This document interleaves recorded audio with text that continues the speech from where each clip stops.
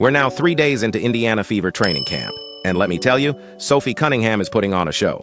Welcome back to the high-energy, always unpredictable world of Fever training camp. Now let's talk Sophie Cunningham. Some fresh footage just dropped, and honestly, it's eye-opening. The kind of stuff that makes you rethink everything. We've always known Sophie as more of a forward, typically playing the 4 spot.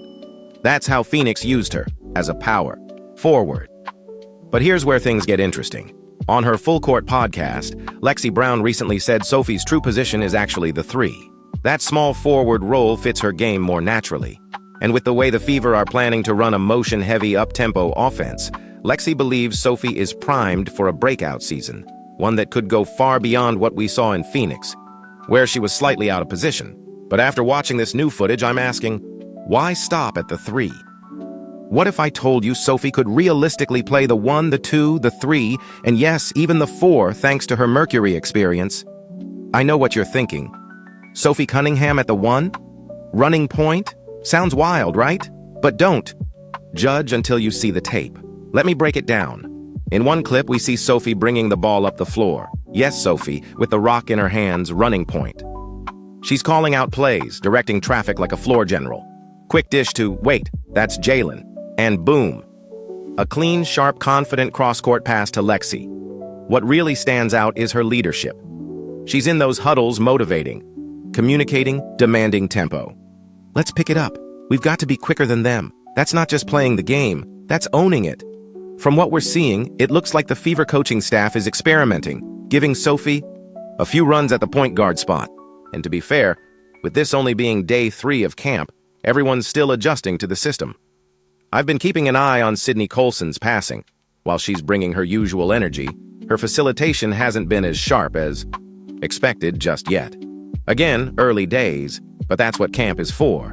Testing rotations, trying players in new roles, and if we're being real, I could definitely see Sophie giving Caitlin Clark or anyone in the backcourt a solid breather during games. She's that versatile. Slide her in at the 1 for a few minutes, shift her to the 2, even the 3 or 4 if needed. She looks comfortable. Really comfortable. She's hitting cross-court targets. She's stepping into her passes. In other clips, she's spotting, up on the wing and draining threes like it's second nature. Wherever she ends up in this Fever rotation, one thing's clear. Sophie Cunningham is making a serious case for being one of the most versatile weapons on this team. Yes. Hello, Caitlin. You play with a point guard like DT who can get you the ball anywhere, and does that kind of help you with the learning curve a little bit? Yeah, I think anytime you play with the GOAT of our team, or the GOAT of our game, you're going to learn a lot. You have to be ready for the ball, head on a swivel at all times, and the way that she throws the ball is a lot how DT threw it. I think this is just the younger version of her, so she has a little bit more energy, a little bit more spunk. I miss DT in her prime, but it doesn't mean she wasn't great when I played with her. But honestly, at the end of the day, everybody can shoot, right? If you're cutting and you're open, you're going to get the ball, and so you just have to be ready for that. And I'm excited for that. And I think you'll see 1 through 5 is interchangeable. And so you'll see the 5 bring the ball down. So it's going to be a little different for other teams to play defense against us as well. But you know what? That's classic Sophie Cunningham. Exactly what we'd expect from her, right? So, I came across a post recently that broke things down really well. It laid out the Indiana Fever depth chart without factoring in training camp, contracts, or rookies, and it was pretty eye-opening. At the 1, you've got Caitlin, Sophie, Sid, and Kelsey. At the 2, it's Kelsey again, Lexie, Sophie, and even Caitlin. At the 3, there's DB, Lexie, and Sophie. At the 4, you've got Flash, Bree, Dantas, DB, and yes, Sophie again. Then at the 5, it's Aliyah Boston, Dantas, Bree, and Flash. But you don't see Sophie listed at the 5, and rightfully so. Let's be real. Someone like Jonquel Jones would probably send her flying out of bounds if she tried to hold down the center spot. So no, we're not penciling her in as a true big. But here's what is exciting. The Fever's biggest edge this season might just be versatility. Players like Sophie Cunningham, who can realistically play anywhere from the 1 to the 4, depending on matchups and situations, are rare assets. She gives the coaching staff a ton of flexibility, and if Dantas really has that 3-point shot and court vision locked in like some believe, she might even be able to slide between the 3 and the 5. That kind of lineup adaptability? That's the Fever's secret weapon right now. Honestly, I think Sophie could emerge as the X factor off the bench in crunch time situations. She's got experience, she's got confidence, and now she's clearly showcasing a wider skill set than we've seen from her in the past. And just today, during training camp, she was interviewed by the media, another sign she's drawing attention and making waves.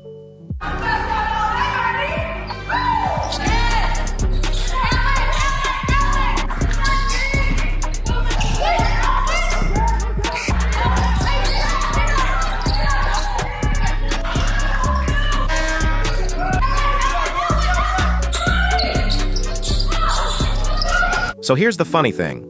I actually wrote this whole article before Sophie's interview dropped. And then, in the interview, she goes and talks about how positions 1 through 5 are interchangeable. Honestly, that just confirms everything I've been saying.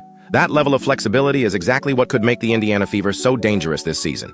It's the same concept that made South Carolina's college squad so effective. They constantly rotated players, kept opponents guessing, and never allowed teams to settle in or predict matchups. It's tough to defend what you can't anticipate. Now, were they the most elite team ever? Not quite. South Carolina was really good, but as most of you saw in the NCAA championship, UConn kind of blew them out of the water.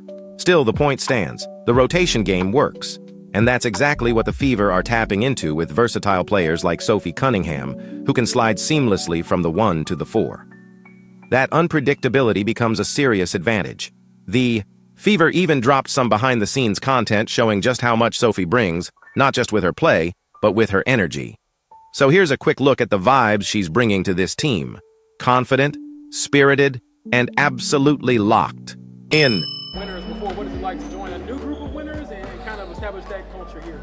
No, I just think that's what they were doing in the offseason. They were trying to get winners, people who know how to compete, people who want to win, and put that together with experience, people who have championships. And so when you have that type of combination, and us kind of young bucks, I'm kind of a tweener, and then you have the vets, you know, you're just trying to be a sponge, you're trying to learn, you're trying to be good now, but at the end of the day, you're trying to be the best when it's preseason, right? And so that's why you have those vets, is so you can learn from them. They've been around the game for a really long time, and that's kind of the refreshing part about being on this team, is that everybody wants to learn, and so everyone's dialed in. And right here, it looks like James Boyd from The Athletic asked Sophie Cunningham about what it's been like transitioning to a new team, specifically one where several players already have championship experience. Learn that you're being traded here, and to see all the free agent pickups with the already established core, kind of like you're talking about. Yeah. Does that excite you about the potential of this team?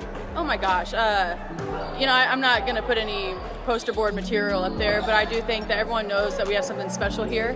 I think a lot of teams have a lot of teams that are special, a lot of rosters that are special, but can you put it together? Can you put aside your agendas? Can you come into work every single day when you're tired, when you're sore, and still get something done, and stack the days? And that's what we're doing. Today was tough, you know what I mean? Like, we've been going for a long time. They haven't been, this is not an easy training camp, I'll tell you that, but I think we're going to be better for it, and I think if you ask anyone, everyone kind of just feels that nice energy. You said it's not easy. What stands out that makes it so difficult? Oh my gosh, I'm on year 7, and I did not believe people when they're like, hey, when you get old, you're gonna know. Well, I think I'm starting to get old, and I hate saying that.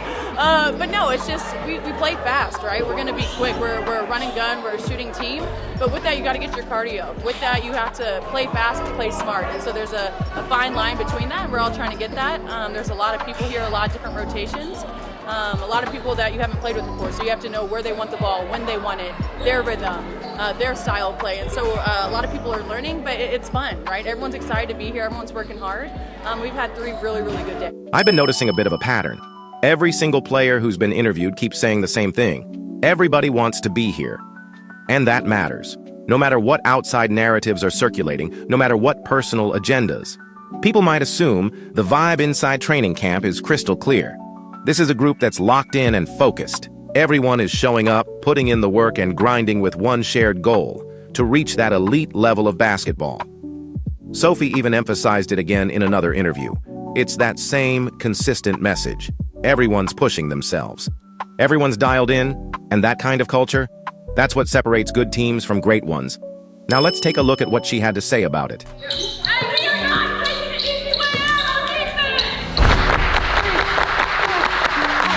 All right, y'all, how's everybody feel? So good. So good? Good, I love it. Hey, day 3. Day 3, we can't have this. Spacing, okay, timing, setting and using screens, communication on the defensive end, coverage on the defensive end, and then when we make mistakes, we gotta play through it. Don't stop. Don't compound it. Play through it, figure it out, problem solve in live action, okay? We'll be able to make plays because of that. All right, let's go, y'all. Have a good day. Here we go. Together on 3, 1, 2, 3. Yeah. Because this team, they're actually serious. You can feel it. And a big reason for that is Stephanie White. She's absolutely here to get business done. Now, don't get me wrong. They definitely have fun. You've got Caitlin Clark cracking jokes, Sophie Cunningham always bringing the energy, and Sid Colson being, well, classic Sid.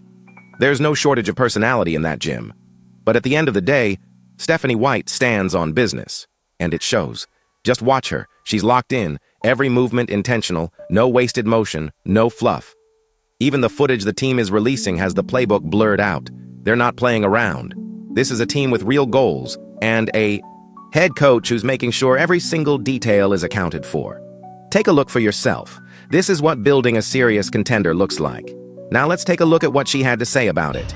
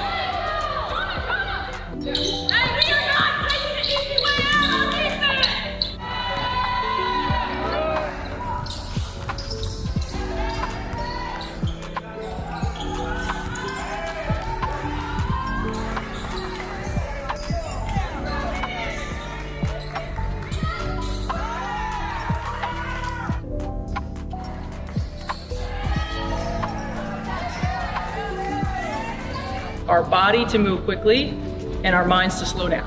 Okay, that's part of putting us in situations where it's not going to be a structure, where there's going to be some chaos. It's up to you to start to find the calm in the chaos. We got to learn to find space in chaos so that we can put people in positions to be successful. Did y'all see Caitlin Clark make that pass? I don't think everyone was paying attention right there. Seriously, run that back. Let's take a closer look at what just happened. Now let's take a look at what she had to say about it. Some say we arrive because the world knows our name. Now you know, that was never the destination. From the court to the culture, we own the moment.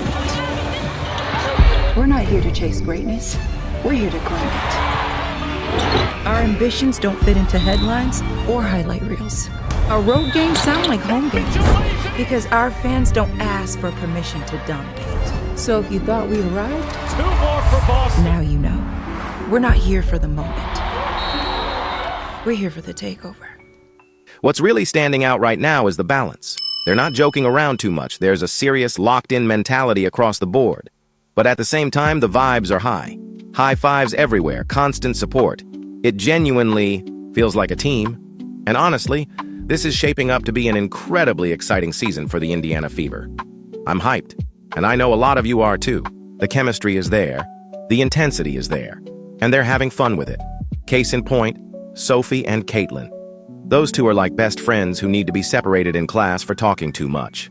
It's actually become a full-on meme. Online. Caitlin dancing, Sophie hyping her up. It's hilarious. Anyway, day 3 is officially in the books. Let me know your thoughts down in the comments. And as always, like, subscribe, and let's ride this fever wave together. We're not here to chase greatness. We're here to claim it. Now you know. Now let's take a look at what she had to say about it.